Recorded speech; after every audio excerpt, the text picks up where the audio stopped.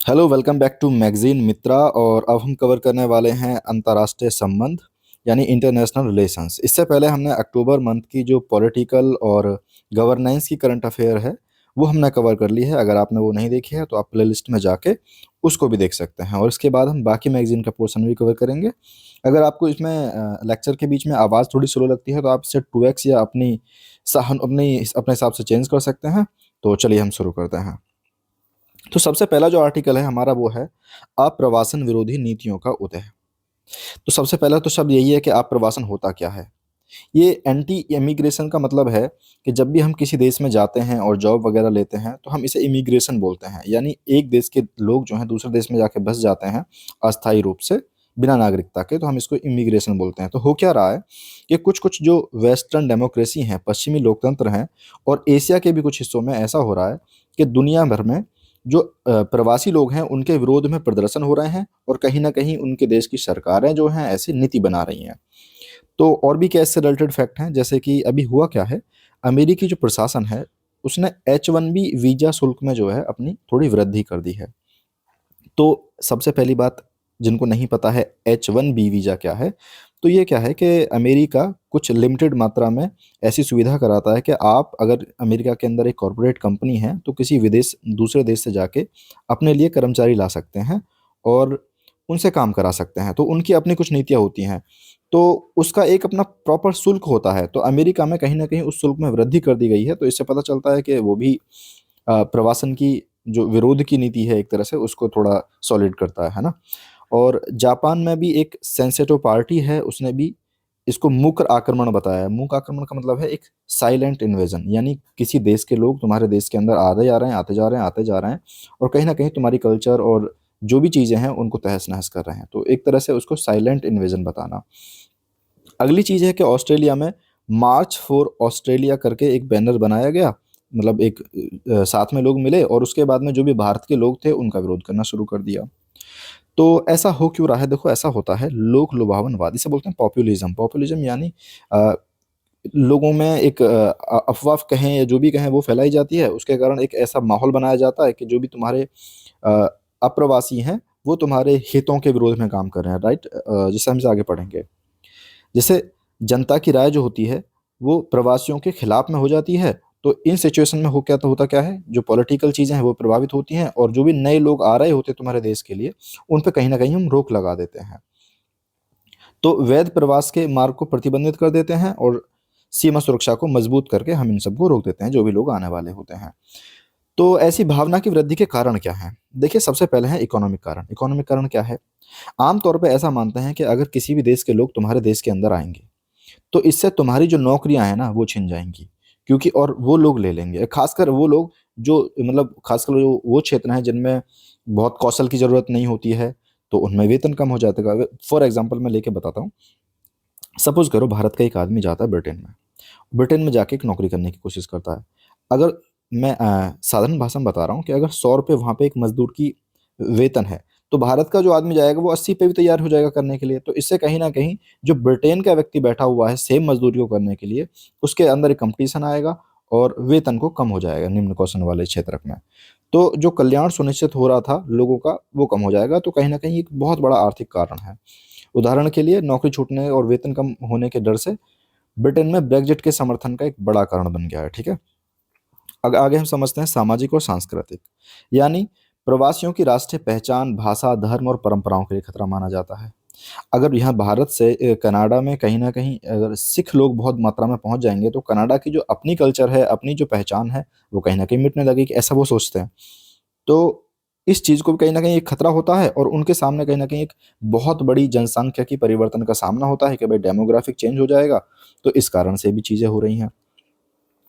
राजनीति क्या है? लोक लुभावनवाद। अब होता क्या है कि पार्टियां इन सब चीज़ों का जो है फायदा उठाने लगती हैं। जो नेशनलिस्ट पार्टी होती हैं वो दूसरों को लेकर के, देखिए भाई, जैसे हमारे यहाँ पे चलता है कि देखिए जो एक खास पार्टी है वो बंगाल से जो लोग आए हैं उनका समर्थन कर रही है, और तुम्हारे लोगों में बेरोजगारी फैल रही है, वो लोग आके यहाँ अपराध कर रहे हैं और यहाँ पे तनाव हो रहे हैं। तो इन सबको उठाते हैं और फिर कोई ना कोई पॉलिटिकल पार्टी उनका लाभ लेती है। जैसे एग्जाम्पल है, इटली की जो प्रधानमंत्री थी जॉर्जिया मेलोनी ने, उन्होंने कहा था कि देश के जो प्रवासी हैं उनके हमलों का कारण करना पड़ रहा, मतलब जो भी देश में प्रवासी लोग आ रहे हैं वो कहीं ना कहीं इटली के अंदर हमले कर रहे हैं। और एक बहुत बड़ा कंसर्न है सुरक्षा का, कि आमतौर पे सरकारें जो होती हैं, जो भी लोग किसी दूसरे देश से आते हैं, अवैध घुसपैठ करते हैं, आतंकवाद वगैरह करते हैं, तो ये प्रवासन के कारण इससे कहीं ना कहीं होता है। तो कहीं ना कहीं एक डर पनपता है किसी भी देश के अंदर, और उसके विरोध की संभावना भी बढ़ जाती है।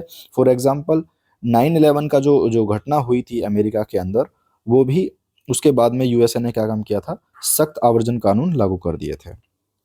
एक सबसे बड़ी बात है भ्रामक जानकारी, कि सोशल मीडिया पे हम क्या होते हैं, कई बार हेट फैला रहे होते हैं किसी भी खास कम्युनिटी के प्रति या किसी खास देशों के लोगों के प्रति।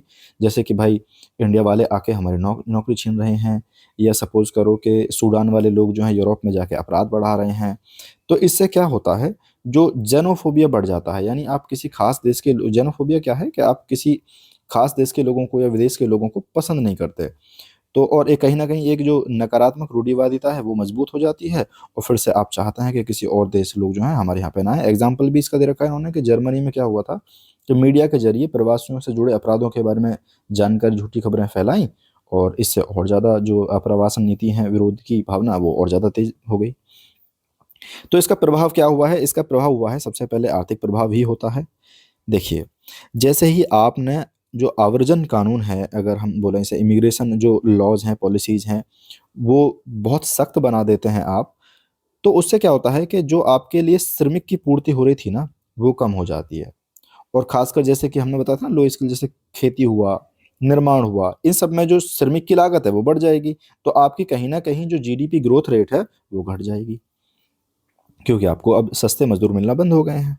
उदाहरण के लिए वही ब्रेक्जिट के बाद, जैसे हमने पढ़ा था, ब्रेक्जिट के बाद जैसे ही ब्रिटेन ने आगे अपनी कार्रवाई चीज़ें शुरू की, तो उन्हें कहीं न कहीं एक बहुत बड़ी गिरावट का सामना करना पड़ा था खेती के क्षेत्र में। जनसांख्यिकी प्रभाव क्या होता है, डेमोग्राफिक वाला जो है। होता क्या है, जैसे ही आप आवर्जन विरोधी नीति बनाते हैं, तो विकसित देशों में जो बूढ़ी आबादी है, सपोज़ करो जैसे जापान का एग्ज़ाम्पल है, तो बूढ़ी आबादी इन देशों की बहुत तेज़ी से बढ़ती जा रही है। अब यहाँ पे काम करने के लिए युवा आबादी जो है वो कम है, यानी कार्यशील आयु जो है वो करदाताओं की संख्या कम हो जाएगी, तो कहीं न कहीं निर्भरता अनुपात बढ़ जाएगा। यानी बूढ़े लोग कहीं न कहीं निर्भर हो जाएँगे गवर्नमेंट के ऊपर, है ना? और उनका टैक्स पहले से कम है, तो कहीं न कहीं ये भी जनसंख्या के प्रभाव को प्रभावित करेगा। एक है सामाजिक-सांस्कृतिक। देखिए, आमतौर पर हम ऐसा मानते हैं कि जहाँ पे भी बहुत सारी संस्कृति आपस में एक साथ रहती हैं, वहाँ के लोग आपस में सामाजिक सामंजस्य को बनाए रखते हैं।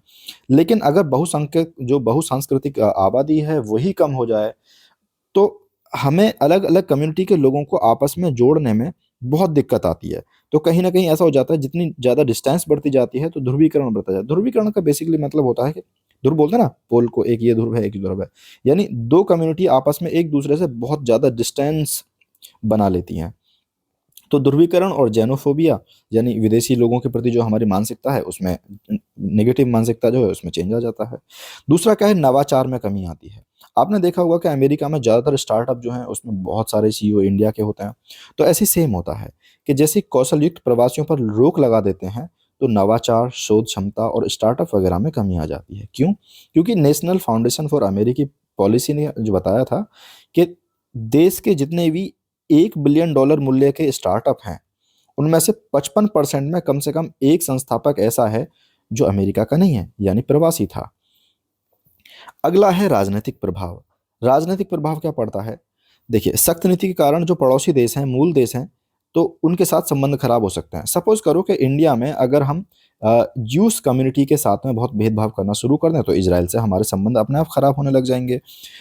तो इस तरह से अगर हम प्रवासियों के कारण जो जो भी होते हैं, मूल देश के साथ हमारे संबंध खराब हो सकते हैं, क्योंकि हम उन देशों को निकाल रहे हैं, या फिर उनके खिलाफ में हम भेदभावपूर्ण वीज़ा के नियम बना रहे हैं। तो इसके लिए क्या कुछ कदम उठाए गए इंडिया में? यस। अगर इंडिया के अवैध प्रवासन की बात करें, ये अवैध अप्रवासन की बात कर रहे हैं, तो हमने बनाया हुआ है एनआरसी, जिस पे बहुत सारा विवाद भी चला था। हालाँकि ये बनाया गया था सबसे पहले 1951 में असम में। और क्या बोलते हैं, इसके बाद एक और है आव्रजन और विदेशी विषयक विधेयक 2025, ये लाया गया था। तो इसमें विधेयक के अंदर ये था कि जो भी हैं पासपोर्ट और दूसरे दस्तावेज को हमेशा चेक कर सकते हैं, और सरकार इसके बारे में, केंद्र सरकार जो है कोई भी नियम बना सकती है। तो अगर भारत के लोगों के साथ में ऐसे कोई भेदभाव हो रहे हैं तो फिर भारत को क्या प्रतिक्रिया देनी चाहिए? तो सबसे पहली बात है, जो भी देश हैं, जिन देशों में ये घटनाएँ चल रही हैं, उनके साथ में हमें कूटनीतिक वार्ता करनी चाहिए। यानी विदेशों में जो भारतीय मज़दूर काम कर रहे हैं, छात्र काम कर रहे हैं, उनके लिए उचित व्यवहार हो सके, कानूनी सुरक्षा उन्हें प्रोवाइड हो सके, तो उन देशों के लिए द्विपक्षीय वार्ता करनी चाहिए, यानी बायलैटरल, दोनों ओर बैठ के जो मीटिंग करते हैं वो लोग, है ना? और समझौते करने चाहिए। अगली चीज़ है प्रवासी कूटनीति का लाभ उठाना, यानी भारत के जो पहले से लोग रह रहे हैं ना भारत के अंदर, मतलब भारत के लोग जो विदेशों के अंदर, सॉरी, भारत के लोग जो विदेशों के अंदर पहले से रह रहे हैं, उनके साथ मिलना चाहिए और उन दूतावासों में और कल्चरल मिशन बनाने चलाने चाहिए हमें, सांस्कृतिक, ताकि जैसे सपोज करो हम हिंदी को बढ़ावा देने के लिए विदेश में एक मिशन चला रहे हैं, तो इससे क्या होगा, जो जेनोफोबिया है कहीं ना कहीं उसमें कमी आती है। तीसरी चीज़ है कि भाई स्थानीय स्तर पर अवसरों में वृद्धि। देखो भाई, हम अपने लोगों को बाहर भेजें ही क्यों? क्यों ना हम भारत के अंदर इतनी सूचना प्रौद्योगिकी में, तकनीकी में, स्वास्थ्य सेवा में, विनिर्माण के क्षेत्र में इतनी हाई क्वालिटी वाली नौकरियों को बनाने लग जाएँ, ताकि हमें बाहर जाना ही ना पड़े और कहीं न कहीं इससे हमारी जो जीडीपी वगैरह है वो भी कम होगी। जैसे मेक इन इंडिया है, स्किल इंडिया है, स्टार्टअप इंडिया है, तो हम इन्हें प्रभावी तरीके से लागू करते हैं। इससे जो भी कौशल वाले युवा हैं, उन्हें बाहर जाना ही नहीं पड़ेगा और कहीं न कहीं जो विदेशी रोज़गार पर निर्भरता रहती है, वो भी कम हो जाएगी। और एक और जो बहुत बड़ी चीज़ है जिसको हमने पढ़ा था कि भ्रामक जानकारी फैलती है, तो जो भी भ्रामक जानकारी और जेनोफोबिया जो चल रही है, तो भारत में जो भी संस्थाएँ सरकारी हैं या फिर गैर सरकारी संस्थाएँ हैं, इनको मिलके इसमें काम करना चाहिए और क्लेरिफ़ाई करना चाहिए जो भी फ़ेक न्यूज़ या जेनोफोबिया फैलाया जाता है, तो अंतर्राष्ट्रीय डिजिटल मंचों पे हम साथ मिलके काम कर सकते हैं उसको दूर करने के लिए। अगला आर्टिकल है हमारा भारत-अफ़गानिस्तान संबंध से रिलेटेड और संबंधों का रणनीतिक रूप से पुनर्निर्धारण। पुनर्निर्धारण इसलिए क्योंकि एक बहुत लंबे समय तक हमारे जो रणनीतिक संबंध थे अफ़गानिस्तान के साथ में वो दूर हो गए थे। अब पिछले कुछ समय इस सुर्खियों में क्यों रहा है? हुआ ये है कि तालिबान के नेतृत्व वाले जो अफ़गानिस्तान सरकार के जो विदेश मंत्री हैं, वो भारत में आए थे और उनके साथ में एक द्विपक्षीय वार्ता की गई थी नई दिल्ली में। ये चर्चा काफ़ी इम्पोर्टेंट रही थी। अगर आप करंट अफ़ेयर को फ़ॉलो करते हैं तो आपने कहीं न कहीं ये खबर तो सुनी होगी। तो इससे संबंधित अन्य तथ्य क्या हैं? ये ये हुआ क्या था, जो अफ़गानिस्तान के विदेश मंत्री हैं, उनको संयुक्त राष्ट्र सुरक्षा परिषद ने एक विशेष यात्रा छूट दी गई थी, उसके बाद में वो भारत आते हैं और भारत में जब वो दिल्ली आए, तो हुआ क्या था, अगस्त 2021 में तालिबान ने जब अफ़गानिस्तान पर टेक ओवर कर लिया था, उसके बाद में भारत की पहली मंत्री लेवल की यात्रा है, ठीक है? तो जब यात्रा हुई है, तो इसके कुछ परिणाम भी निकले होंगे। जी, परिणाम निकले हैं सबसे पहले राजनयिक संबंध। तो भारत ने जो है काबुल के अंदर अपना भारतीय तकनीकी मिशन की स्थिति को फिर से किया है। ऐसा नहीं है कि हमने क्या बोलते हैं सारे संबंध हमारे बहुत अच्छे हो गए हैं, तो ऐसा नहीं है। उन्हें अफ़गानिस्तान में जो दूतावास का दर्जा दे दिया है, ठीक है? दूसरा, भारत से अफ़गानिस्तान के बीच में एयर फ्रेट कॉरिडोर की शुरुआत करी गई है, ताकि लोग यहाँ से वहाँ तक जा सकें। एक और है अवसंरचना और ऊर्जा। तो दोनों पक्षों में जो हेरात जगह है, भारत-अफ़गानिस्तान मैत्री संबंध एक सल्मा बाँध है जो कि भारत ने बनाया था, उसकी समर्थन की सराहना की है और इसके अलावा भारत जो है अफ़गानिस्तान में अलग-अलग जल विद्युत परियोजनाओं पर सहयोग करने के लिए सहमत हुआ है। सोचने वाली बात है कि भारत आखिर अफ़गानिस्तान में इतनी दिलचस्पी दिखा क्यों रहा है? तो सबसे पहली बात है रणनीतिक हितों की रक्षा करना, जैसे आतंकवाद का विरोध करना। तो भारत की सबसे पहली प्राथमिकता है ये सुनिश्चित करना कि अफ़गानिस्तान को फिर से आतंकवाद की जननी ना बना दें हम।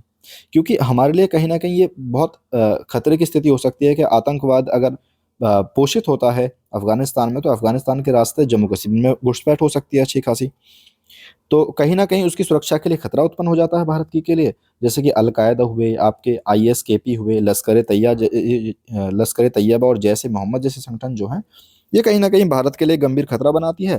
तो अफ़गानिस्तान में फिर से ऐसी चीज़ें ना हो जाएँ, इसके लिए हम उनके साथ बहुत अच्छे संबंध बनाने की कोशिश कर रहे हैं। और काबुल की सुरक्षा प्रतिबद्धताएँ क्या हैं? उदाहरण के लिए अफ़गानिस्तान के विदेश मंत्री ने भी हमें विश्वास दिलाया है कि देखिए अफ़गानिस्तान की जो भूमि है उसका प्रयोग शत्रुतापूर्ण गतिविधियों के लिए या टेरर वगैरह के लिए नहीं किया जाएगा। और क्या है? भू-राजनैतिक संतुलन और प्रतिद्वंदी राष्ट्रों का प्रबंधन। देखो कैसे? अगर हम अफ़गानिस्तान से बहुत अच्छे संबंध बना लेते हैं, तो कहीं न कहीं पाकिस्तान के साथ में जो प्रतिद्वंद्विता चलती है हम उसको कवर कर सकते हैं। ये चाइना का जो प्रभाव होता है अफ़गानिस्तान पे, उसको भी हम कर सकते हैं, ठीक है, कम। तो इसको समझते हैं कैसे। तो पाकिस्तान के प्रभाव को कम कर सकते हैं। भारत का उद्देश्य पाकिस्तान अफगानिस्तान के बिगड़ते रिश्तों का लाभ उठाकर पाकिस्तान के प्रभाव को कम करना है, जिससे भारत और अफगानिस्तान के बीच में व्यावहारिक जो सहयोग है उसकी संभावना बन सके। अगला है चीन के जो रणनीतिक विस्तार है उस पर जोर लगाना। आपको पता होगा चीन का जो बेल्ट एंड रोड इनिशिएटिव है वो चलता जा रहा है। तो भारत का उद्देश्य है अपने रणनीतिक प्रतिद्वंदियों, खासकर चाइना को तालिबान के सत्ता में लौटने के बाद अफगानिस्तान के आर्थिक और भू राजनीतिक परिदृश्य पर हावी होने से रोकना। ऐसा ना हो कि चाइना इतनी ज्यादा फंडिंग कर दे कि पूरा रुख जो है अफगानिस्तान का चाइना की ओर हो जाए। रणनीतिक निवेशों की सुरक्षा। भारत ने क्या किया हुआ है कि जो अफगानिस्तान की 500 से ज्यादा परियोजना है ना, उनमें इन्वेस्टमेंट किया हुआ है 3 बिलियन अमेरिकी डॉलर का। तो जिसमें कौन कौन सी हैं? विद्युत, सड़क, स्वास्थ्य सेवा, कृषि और क्षमता निर्माण आदि। तो हमें उसका भी ध्यान रखना है अपना। तो एक बार हम वैश्विक और क्षेत्रीय परिप्रेक्ष्य समझ लेते हैं इसका क्या चल रहा है। तो अभी कुछ दिन पहले मॉस्को फॉर्मेट यूनिटी एक मीटिंग हुई थी। तो इसमें क्या है, भारत ने चीन, ईरान, पाकिस्तान और मध्य एशियाई देश और रूस के साथ मिलकर अफगानिस्तान पर जो 7th मॉस्को फॉर्मेट पर हिस्सा लिया था। तो इसमें हुआ क्या था, इन्होंने कहा था कि देखिए भाई, ये बात को वापस से दोहराया है कि एक सुरक्षित, शांतिपूर्ण और स्थिर अफगानिस्तान जो है, अफगानिस्तान के लोगों के लिए, वहाँ की क्षेत्रीय उत्थान के लिए और वैश्विक सुरक्षा के लिए बहुत जरूरी है, ठीक है। और एक देखने वाली बात यह है कि रूस ने कहीं ना कहीं जो अफगानिस्तान की ये इस्लामिक अमीरात ऑफ अफगानिस्तान को मान्यता दे दी है, यानी एक तरह से जो तालिबान का शासन है उसको वैधता मिल गई है। तो इसमें जो है मॉस्को का प्रभाव और ज़्यादा मजबूत हो गया है। अमेरिका का क्या रणनीतिक रुख है, देखिए ये बगराम एयरबेस बहुत चर्चा में रहा था। तो संभावना है कि हो सकता है प्रीलिम्स में ये आपको क्वेश्चन देखने को मिल जाए कि बगराम एयरबेस जो चर्चा में रहा वो कहाँ पे स्थित है। तो बगराम जो एयरबेस है उसमें दिलचस्पी दिखाई है अमेरिका ने। और बगराम एयरबेस वही है जो जब अमेरिका छोड़ के गया था अफगानिस्तान को, तो उस समय अमेरिका ने ये एयरबेस जो है विकसित किया था अफगानिस्तान के अंदर, ठीक है। तो इसने वापस से लेने की एक रुचि दिखाई है। एक और है चीन की जो रणनीतिक पहल, इसके बारे में बात कर चुके हैं। चीन की बेल्ट एंड रोड इनिशिएटिव जो है उसके तहत चीन, पाकिस्तान, अफगानिस्तान के बीच एक त्रिपक्षीय सहयोग को बढ़ावा दिया है और कहीं ना कहीं अफगानिस्तान चीन पाकिस्तान गलियारे को जोड़ता है। तो ये चाइना के प्रोजेक्ट चल रहे हैं इस तरह से। तो भारत के सामने चुनौतियां क्या हैं? देखिए चुनौती ये है, नंबर एक तो हमने उसको प्रॉपर औपचारिक मान्यता नहीं दी है, जैसे रशिया ने दे दी है तालिबान सरकार को। तो भारत ने ऐसी तालिबान सरकार को मान्यता नहीं दी है। तो इससे होता क्या है कि कूटनीतिक और संस्थागत सहयोग का जो दायरा है बहुत लिमिटेड है, हम चाहकर भी बहुत ज्यादा चीजें नहीं कर सकते। अगली चीज है कूटनीतिक दुविधा। कूटनीतिक दुविधा ये है कि देखो सपोज करो भारत केवल पाकिस्तान का मुकाबला करने के लिए अगर इस दमनकारी शासन से हाथ मिला लेता है, दमनकारी शासन है अफगानिस्तान का, यानी इनसे अगर हमने हाथ मिला लिया तो हमारी कहीं ना कहीं जो मोरल वैल्यू है ना, जो विश्वास है कि भारत ऐसे दमन करने वाली सरकार के साथ हाथ नहीं मिलाता है, वो विश्वास कहीं ना कहीं खो जाएगा। एक और है कि सामरिक हित और मानवीय चिंताओं के बीच संतुलन स्थापित करना। एक तो भारत का जो धर्मनिरपेक्ष लोकतंत्र है वो तालिबान के धर्मतांत्रिक से बिल्कुल अलग है। हम दो अलग अलग हैं, हम एक सेकुलर कंट्री हैं और वो एक धार्मिक कंट्री है। तो तालिबान जो भी महिलाओं पर धार्मिक स्वतंत्रता पर प्रतिबंध लगाते हैं, कहीं ना कहीं वो मानवाधिकारों का उल्लंघन करता है। तो हमारे सामने एक बहुत बड़ी चिंता है। बाकी इसके बाद हम पढ़ते हैं भारत और रशिया के संबंध। तो ये वाली घटना सुर्खियों में क्यों रही है? क्योंकि हाल ही में रूस और भारत के बीच में एक रणनीतिक साझेदारी की घोषणा की गई कि जो है वो 25वीं वर्षगांठ मनाई गई थी। हम इस चीज़ को डिटेल में समझेंगे कि रणनीतिक साझेदारी क्या है, स्पेशल स्ट्रेटेजिक पार्टनरशिप क्या है, इन सबको समझेंगे इसी आर्टिकल में समझेंगे हम। तो और क्या है, इस घोषणा पत्र पर कब किए थे? जब 25वीं है तो 2000 में किए होंगे हस्ताक्षर, ठीक है। तब से 22 वार्षिक शिखर सम्मेलन, नियमित शासन अध्यक्ष स्तरीय बैठकों, मंत्री स्तरीय वार्ताओं और अलग अलग क्षेत्रों के समूह ने साझेदारी को संस्थागत रूप दे दिया है और निरंतरता और गंभीरता से ये चीजें चल रही हैं। तो इस घोषणा पत्र के तहत एक पूर्ण रूप से नया फ्रेमवर्क तैयार किया गया है, जिसमें क्या होगा, राजनीतिक, सुरक्षा, आर्थिक, रक्षा और सांस्कृतिक क्षेत्रों में हम द्विपक्षीय सहयोग को बढ़ावा देंगे। तो इनके कुछ हम बढ़िया स्तंभ पढ़ लेते हैं भारत और रूस की साझेदारी से रिलेटेड। सबसे पहले राजनीतिक और राजनयिक तालमेल। तो वार्षिक शिखर सम्मेलन में इसका एक महत्वपूर्ण घटक है। हर बार हम एक वार्षिक शिखर सम्मेलन करते हैं। तो शिखर सम्मेलन के अलावा दोनों देशों में जो मंत्री स्तरीय वार्ता होती है, 2+2 वार्ता होती है। यूएन के अंदर हम जाते हैं तो हम बैठ के आपस में वार्ता करते हैं। G20 में बैठक होती है तब हम इनसे अलग से बात करते हैं। ब्रिक्स के अंदर हम कॉमन हैं तो भी हम वार्ता वार्ता करते हैं। और इसके अलावा एससीओ में भी हम कॉमन हैं, तो हम सब हर जगह मिलकर समन्वय करते हैं एक दूसरे के साथ में, ठीक है। और सबसे बड़ी बात यह है कि रसिया जो है कई देशों की तरह वो भी जो यूएनएससी है, सिक्योरिटी काउंसिल है, सुरक्षा परिषद है, उसके अंदर भारत के लिए स्थायी सीट होनी चाहिए, उसकी दावेदारी का समर्थन करता है। और क्या है, रक्षा और संरक्षा में तो रूस जो है भारत का सबसे बड़ा सैन्य उपकरण आपूर्ति करता है। अगर हम सिपरी देखें, Stockholm International Peace Research Institute की रिपोर्ट के हिसाब से, तो 2020 से 24 के बीच में भारत का जो कुल रक्षा आयात हुआ था उसका 36% केवल रसिया से किया गया था। इसमें से S-400 एयर डिफेंस सिस्टम आपने देखा होगा, जो ऑपरेशन सिंदूर के टाइम पे भी काफी चर्चा में रही है, और MiG-29 के नेवल फाइटर एयरक्राफ्ट जैसे उपकरण शामिल हैं। दोनों देशों के रक्षा संबंध जो हैं वो ऐसे नहीं है कि खाली आपने बेचा और हमने खरीद दिया। इससे आगे बढ़ के हम कहीं ना कहीं अब मिलकर के साथ में संयुक्त विकास कर रहे हैं, उनका उत्पादन कर रहे हैं, अनुसंधान कर रहे हैं, जैसे कि ब्रह्मोस इसका लेटेस्ट और एक बहुत पॉपुलर एग्जाम्पल है। यानी दोनों देशों की कंपनीज कहीं ना कहीं मिलके आपस में कुछ नए वेपन्स को बनाने का काम कर रही हैं। इसके अलावा दोनों देश आपस में एक दूसरे के साथ में सैन्य अभ्यास आयोजित करते हैं, जिसमें इंद्र है और एवियंद्रा है, इन सबको हम आयोजित करते हैं। ऊर्जा सुरक्षा का हम ध्यान रखते हैं, जैसे वर्तमान में जो रूस है भारत को सबसे अधिक कच्चे तेल की आपूर्ति करने वाला देश बन गया है। इसके अलावा जो भारत को बहुत ही सस्ते दामों पे हमें क्रूड ऑयल जो है वो सप्लाई करता है, और इससे कहीं ना कहीं हमारे देश के अंदर जो महंगाई है या मुद्रास्फीति है वो नियंत्रित रहती है। भारत की कुछ सबसे बड़ी जो सरकारी और प्राइवेट कंपनी है, रूस के जो पूर्व क्षेत्र में स्थित जो तेल के क्षेत्र हैं उनमें हमने इन्वेस्टमेंट किया है। और इसमें क्या बोलते हैं, अगर हम देखें तो ओएनजीसी जो है उसने बहुत बड़ा इन्वेस्टमेंट किया हुआ है ऑयल एंड गैस प्रोजेक्ट के अंदर, जो कि रसिया चलाता है। और रूस इसके अलावा भारत में जो परमाणु ऊर्जा परियोजना है उसमें भी सहयोग कर रहा है, जैसे कि कुडनकुलम जो परमाणु ऊर्जा संयंत्र है हमारा तमिलनाडु के अंदर, ये आपको पता होना चाहिए कहाँ ये फैक्ट है। तो इसके अंदर रसिया का बहुत बड़ा सपोर्ट हमें मिलता है। इसके अलावा व्यापार और अर्थव्यवस्था में कैसे हम आपस में एक दूसरे की हेल्प करते हैं, तो दोनों देशों के बीच में द्विपक्षीय व्यापार जो है कितने डॉलर का हो गया था, 68 बिलियन अमेरिकी डॉलर का हो गया था 24-25 में। तो इस लेवल पे हम पहुंच गए हैं व्यापार करने पे, और हमने अलग सा जो लक्ष्य रखा हुआ है कि 2030 तक हम 68 बिलियन डॉलर को 100 बिलियन डॉलर तक पहुंचा लेंगे। ठीक है सर। इसके अलावा भारत से निर्यात करने जाने वाली जो वस्तु हैं उनमें क्या क्या करते हैं, वो तो हमें तेल भेज रहे हैं, गैस भेज रहे हैं या बाकी चीज़ें कर रहे हैं। तो इसके अलावा हम जो है औषधि, कार्बनिक और अकार्बनिक जो केमिकल्स होते हैं उनको, लोहा और इस्पात आदि जो है हम ये रसिया के अंदर भेज रहे हैं। और एक सबसे बड़ी जो चीज़ है वो देखने वाली ये है कि प्रतिबंधों के बाद से जब से रसिया पे बहुत सारे प्रतिबंध लगे हैं तो वहाँ पे डॉलर में व्यापार करना पॉसिबल नहीं है। तो इससे 90% जो व्यापार है या तो रूबल में हो रहा है जो कि रसिया की करेंसी है, या फिर रुपए में हो रहा है, जिससे कहीं ना कहीं जो रुपया है वो मजबूत होता है, उसमें विश्वास बढ़ता है बाकी देशों का भी। तो एक बार हम इनकी भारत और रूस के संबंधों की जो समय रेखा है उसकी स्टडी करेंगे। देखिए, सबसे पहले क्या होता है, 1947 में रूस के साथ में राजनयिक संबंध स्थापित होते हैं।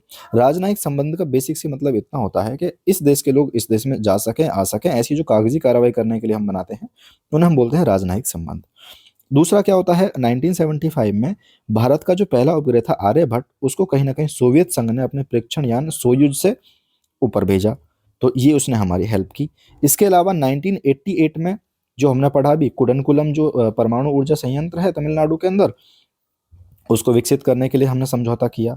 1993 में मैत्री और सहयोग संधि की गई। इसके अलावा ये होता है कि भाई हमारे किसी देश के साथ अब काफ़ी अच्छे संबंध हो गए हैं, ठीक है। यहाँ पे जो आ जाता है विशेष और विशेषाधिकार प्राप्त रणनीतिक साझेदारी 2010 में की गई। ये इसका मोटा मोटा मतलब ये है कि हम किसी के साथ अलायंस में ना होते हुए भी एक तरह से अलायंस की तरह ही ये चीज़ होती है ना, तो ये एक लेवल और बढ़ जाता है, +1, और यहाँ पे गए तो +1। तो 2021 में हमारी पहली भारत रूस 2+2 मंत्री, यानी 2 मंत्री वहाँ के आते हैं और 2 मंत्री यहाँ के जाते हैं, आपस में बैठ के वार्ता करते हैं। इसके अलावा संपर्क के लिए रूस जो है वो अंतर्राष्ट्रीय उत्तर दक्षिण परिवहन गलियारा हुआ या समुद्री मार्ग हुआ और चेन्नई व्लादिवोस्तोक पूर्वी गलियारा जैसी परियोजनाओं के माध्यम से मध्य एशिया और विस्तृत यूरेशिया में भारत को संपर्क बढ़ा सकता है। अगला क्या है, तकनीकी क्षमता में। जैसे कि हम गगनयान जो मिशन चला रहे हैं, तो रशिया कहीं ना कहीं अंतरिक्ष के क्षेत्र में हमारा सहयोग कर सकता है। सांस्कृतिक संबंधों के बीच में कैसे, कि अगर हम देखते हैं कि भारत का जो भी सिनेमा है, आपने देखा होगा आमतौर पर जो व्लॉग देखते होंगे कि मिथुन दा को बहुत पसंद करते हैं रशिया की जनता। तो सोवियत संघ में काफ़ी डिमांड है भारत के सिनेमा की, और ऐसे ही रसिया का जो बैले है वो आज भी भारत में चलता है। वहीं योगा जो है वो भी रसिया में काफ़ी ज़्यादा लोकप्रिय हो रहा है। तो हमारे जो आपस में सांस्कृतिक संबंध हैं और लोगों के बीच में जो जुड़ाव है वो देखने को मिलता है। भारत और रूस संबंध के बीच में कुछ चुनौतियां भी हैं, बिल्कुल चुनौतियां हैं हमारे सामने। जैसा कि हमने देखा था कि $68 बिलियन का व्यापार हो रहा है हमारे बीच में, पर यह व्यापार असंतुलन है। यानी व्यापार जो भी हम रसिया के साथ में कर रहे हैं वो हमारे पक्ष में कम है, रसिया के पक्ष में ज़्यादा है। जैसे 2024-25 में भारत का जो रूस से आयात हुआ वो हुआ $63 बिलियन का, और निर्यात हम केवल कर पाए $4 बिलियन का। तो ये हमारा कहीं ना कहीं व्यापार असंतुलन हो रहा है इससे। दूसरा है, रुपए के अधिशेष की समस्या हमारे सामने आ रही है। अब ये कैसे सामने आ रही है, देखिए कुछ चुनौती उत्पन्न हुई है कि भारत के बैंकों में स्पेशल रुपी वोस्ट्रो अकाउंट्स है। बहुत सारे लोगों को दिक्कत होगी कि ये रुपी वोस्ट्रो अकाउंट्स क्या है। दो तरह के अकाउंट होते हैं, मैं बता देता हूँ। एक होता है वोस्ट्रो और एक होता है नोस्ट्रो। तो एक को समझ लेते हैं, दूसरा अपना आप समझ में आ जाएगा। वोस्ट्रो अकाउंट ऐसे अकाउंट होते हैं जब कोई विदेशी बैंक भारत में आके अ, अपना भारत के किसी बैंक में अपना अकाउंट खोलता है, तो हम उसे बोलते हैं वोस्ट्रो अकाउंट। तो जो भी लेन देन होती है फिर इस बैंक के माध्यम से होती है ना। और ऐसे ही भारत का अगर कोई बैंक विदेश में जाके खोलेगा तो हम उसे बोलेंगे नोस्ट्रो अकाउंट, ठीक है। तो हो क्या रहा है कि अरबों भारतीय रुपए जो हैं इनके रसिया वालों के वोस्ट्रो अकाउंट में पड़े हुए हैं। अब वो समझ नहीं पा रहे कि हम इनसे क्या खरीदें।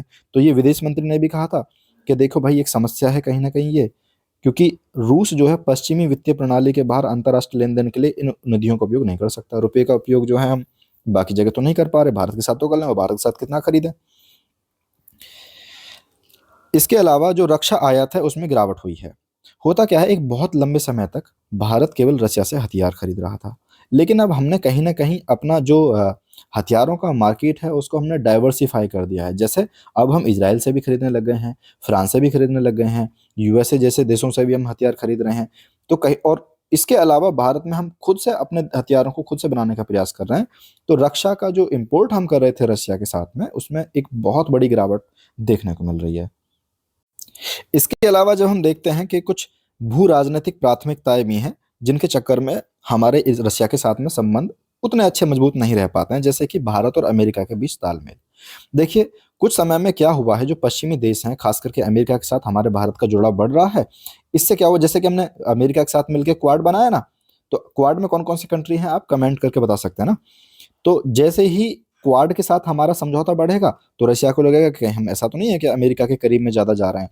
इसके अलावा जब रशिया चीन के साथ में संबंध बढ़ाता है और कोई ऐसी पार्टनरशिप पे साइन कर देता है जिसमें नो लिमिट सपोर्ट की बात हो एक तरह से, तो वो कहीं ना कहीं हमारे लिए चुप जाती हैं चीज़ें। इसके अलावा पाकिस्तान भी रशिया के साथ अपने संबंधों को बेहतर करने की कोशिश कर रहा है, और अगर पाकिस्तान के संबंध रशिया के साथ बेहतर होते हैं तो कहीं ना कहीं वो आतंकवाद विरोधी जो अभ्यास हैं, जो चीज़ें हैं, उसमें हमारा नुकसान हो जाएगा। ठीक है, इसके अलावा अमेरिका ने प्रतिबंध लगाए हुए हैं। कैसे, कि एस जो 400 का सौदा किया था हमने, अमेरिका ने रसिया के साथ मिलके, कोई बड़ा सौदा सौदा नहीं, सॉरी, S-400 के बाद में भारत ने रसिया के साथ कोई बड़ा समझौता नहीं किया है, ताकि अमेरिका जो है उसने जो अपनी एक नीति बना रखी है ना, काटसा। इसमें क्या होता है काटसा में, काटसा में ये होता है कि अमेरिका जिस पे चाहता है उस पे कुछ प्रतिबंध लगा सकता है बाकी दुनिया के हिसाब से। अगर किसी और देश ने उस देश के साथ जाके संबंध स्थापित किए तो उन पे भी वो एक तरह से टैरिफ की तरह चीजें लगा देगा। तो हमने S-400 के बाद में ना कोई बड़ा सौदा किया ही नहीं है रशिया के साथ में, ताकि हम इस चीज से बचे रहें। तो इसमें कौन कौन से हैं इस समय, रूस, ईरान और नॉर्थ कोरिया पे प्रतिबंध लगा रखा है अमेरिका ने। तो हम भारत, रूस और अमेरिका के संबंधों को आपस में संतुलित कैसे कर रहे हैं, ताकि हम अमेरिका के साथ भी अच्छे संबंध बना के रख सकें और रशिया के भी। तो देखिए, हम ये बात सही है कि कई बार इन दोनों के बीच में फंसा हुआ पाते हैं खुद को, लेकिन कैसे, जैसे कि भारत ने जब रसिया से जाके तेल खरीदा तो अमेरिका ने उस पर टैरिफ लगा दिया। और वहीं पे कहीं न कहीं जब हमने तेल और ज़्यादा खरीदा, तो भारत पे ऐसे इल्ज़ाम लगे कि भारत जो है कहीं न कहीं जो यूक्रेन के अंदर जो युद्ध चल रहा है, उसकी फंडिंग कर रहा है भारत, इस तेल को खरीद करके। जो आपने एस जयशंकर जो हैं हमारे फॉरेन मिनिस्टर, उनकी बहुत सारी वीडियोज़ में देखोगे वो कैसे डिबेट में अपना पक्ष रखते हैं। तो ऐसी स्थिति से निपटने के लिए भारत का दृष्टिकोण अब क्या है? तो भारत अपनाता है एक लचीली विदेश नीति। कैसे? कि हम उनका सपोर्ट भी करेंगे और सपोर्ट नहीं भी करेंगे। चलो समझते हैं कैसे।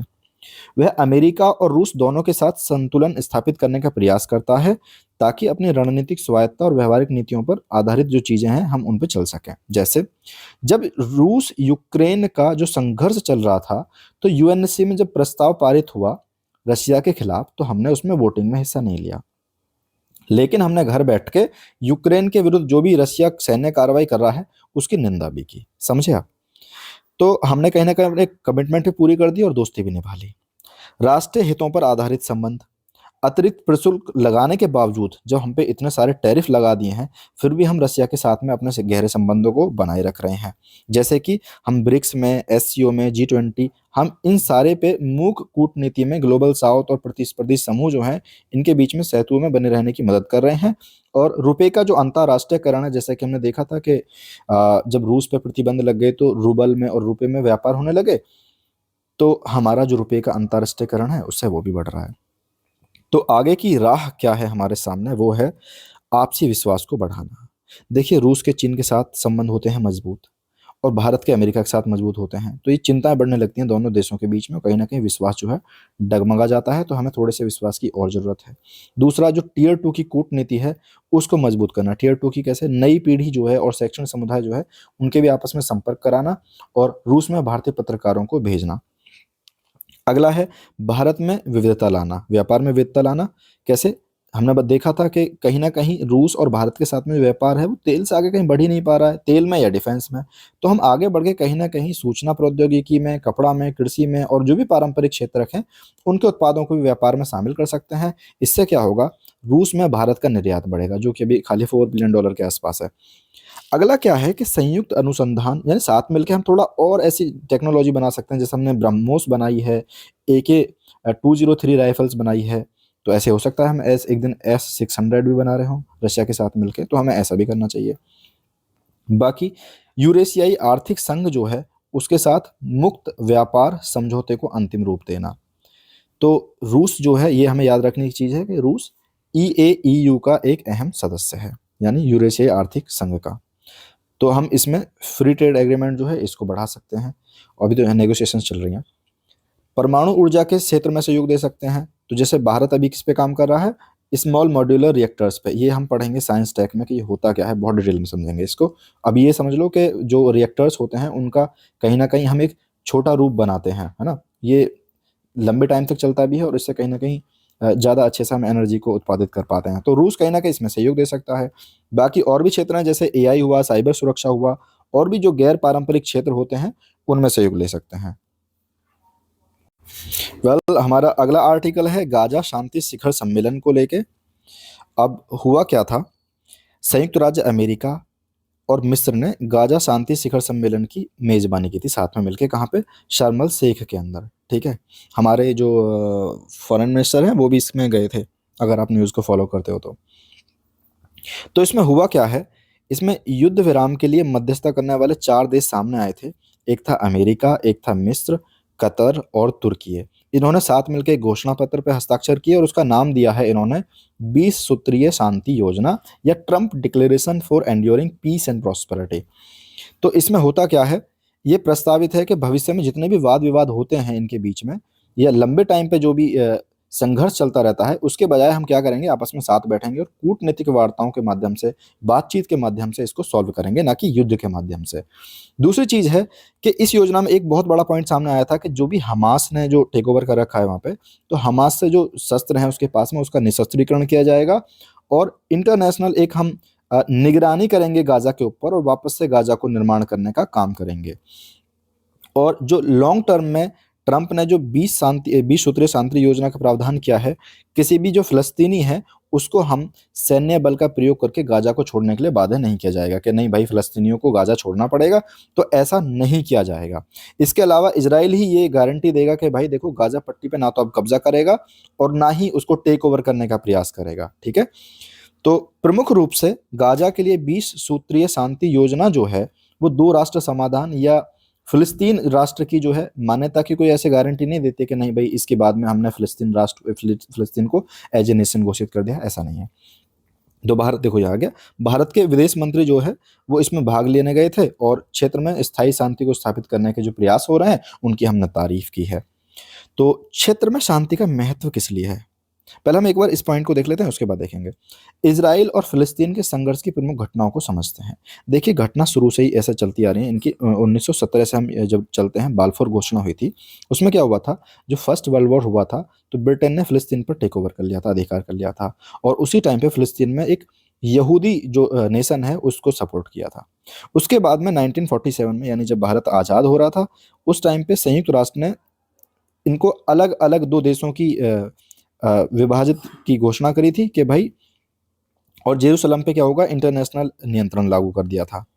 इसके बाद में 1967 में 6 दिवसीय युद्ध होता है, जिसमें इजराइल जो है वेस्ट बैंक, गाजा पट्टी, पूर्वी यरूशलेम, ये कहाँ पड़ते हैं आपको मैप में पता होना चाहिए, और इसके बाद में गोलन हाइट्स वगैरह पे अधिकार कर लिया था। 1993 में होता है ओस्लो समझौता, जिसमें क्या होता है, वेस्ट बैंक और जो गाजा पट्टी है, इसके कुछ हिस्सों में फ़िलिस्तीनियों को स्वशासन दे देते हैं कि आप अपना शासन चलाइए। 2006 में क्या होता है, हमास ने फ़िलिस्तीन की जो विधानसभा है, उसमें चुनाव जीता। उसके बाद में तो आपको पता है, हमास और फ़तह के बीच में तनाव उत्पन्न हो गया। इसके बाद में 2020 में होता है, इजराइल और अरब राज्यों के बीच में संबंधों का समन्वय बनाने के लिए एक अब्राहम अकॉर्ड पे समझौता होता है कि भाई हम अरब के जो कंट्री हैं, उनके साथ इजराइल के अच्छे संबंध रह सकें।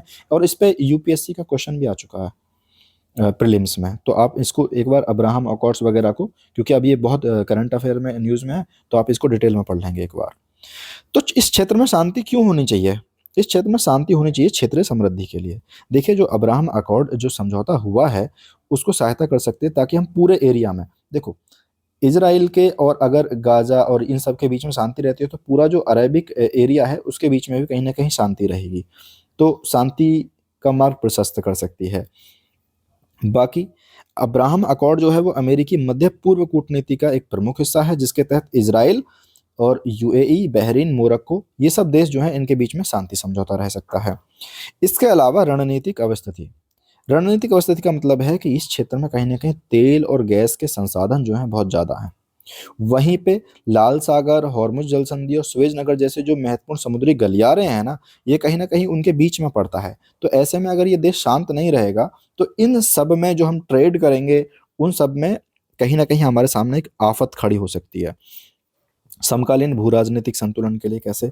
शांति के अभाव में महाशक्ति जो हैं, उनके बीच में आपस में प्रतिस्पर्धा चल जाएगी क्षेत्रीय विभाजन के लिए और अस्थिरता के लिए। एग्ज़ाम्पल के लिए हो सकता है कि रूस भी इसमें रुचि लेने लग जाए और चाइना भी इसमें आर्थिक रुचि लेने लग जाए और दोनों मिलके अमेरिका को काउंटर करने लग जाएँ।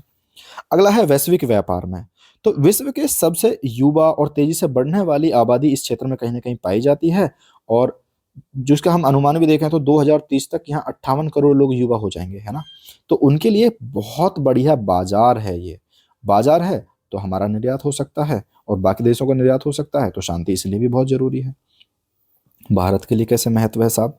भारत के लिए क्योंकि यहाँ पे ऊर्जा संसाधन है और भारत के जो प्रवासी हैं, वो इस एरिया में कहीं न कहीं रहते हैं, कहाँ पे?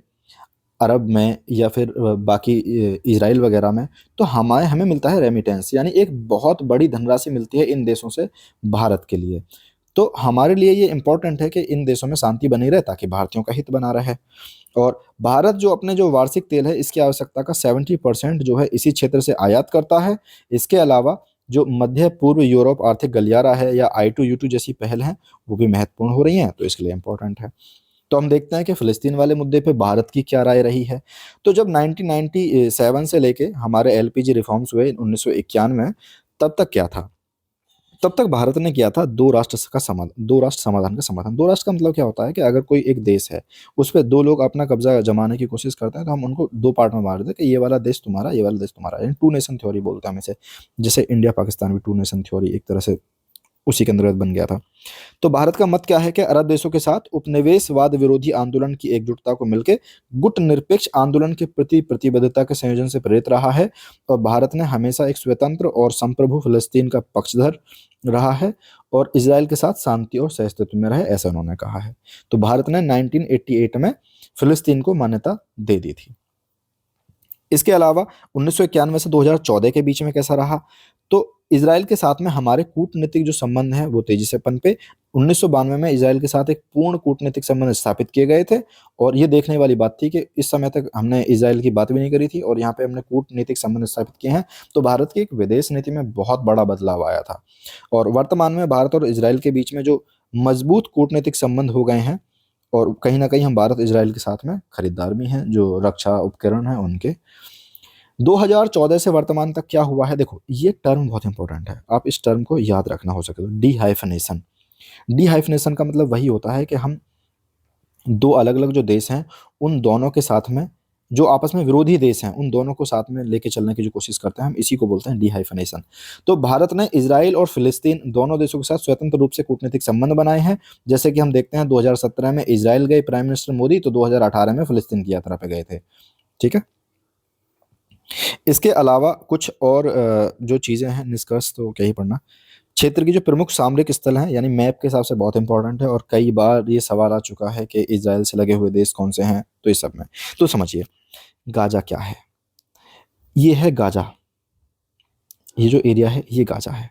ठीक है, तो इसमें क्या है, गाजा भूमध्य सागर के तट पर अवस्थित एक छोटा सा भूभाग है।